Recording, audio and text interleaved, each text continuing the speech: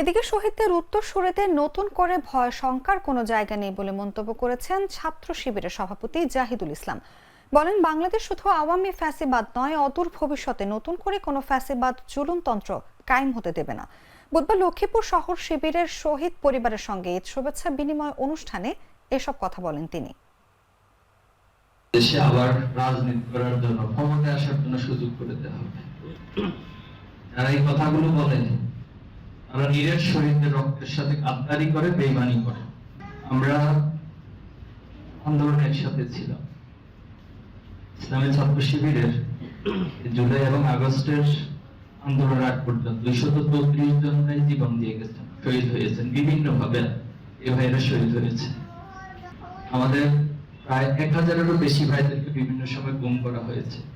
আমরা আমাদেরকে বলি যে ছাত্র শিবিরের সাথে হয়তো জনশক্তি দায়িত্বশীল ছিল, এটা হয়তো 100-200 হবে। আন্দোলনে তো প্রায় 1500-2000 শহীদ হয়েছে। আমরা যদি দলীয় ভাবে সবাই এভাবে তালিকা প্রকাশ করি, তাহলে এখানে বড় একটা সংখ্যা, যেটা হাজার হাজার সংখ্যাগুলো, তাদেরকে আসলে কারা বন্ধ করবে, তাদের পাশে কি দাঁড়াবে? এই জন্য আমরা ছাত্র শিবিরের জায়গা থেকে শুরু থেকে বলে আসছি যে জুলাই আগস্টে যারাই শহীদ হয়েছে, সবাই আমাদের শহীদ, সবাই জাতীয় শহীদ। আমরা সবার পরিবারের সদস্য হিসেবে তাদের পাশে দাঁড়াবো।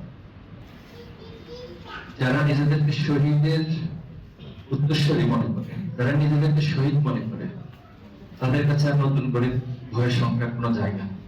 যেন আমি ছাত্র শিবিরের সর্বোচ্চ দায়িত্ব থেকে শহীদ পরিবারের কাছে আজকে ওয়াদা করে যাচ্ছি, এই রক্তের ঋণ পরিশোধের জন্য আমরা লক্ষ লক্ষ যুবক জীবন দিতে প্রস্তুত আছি।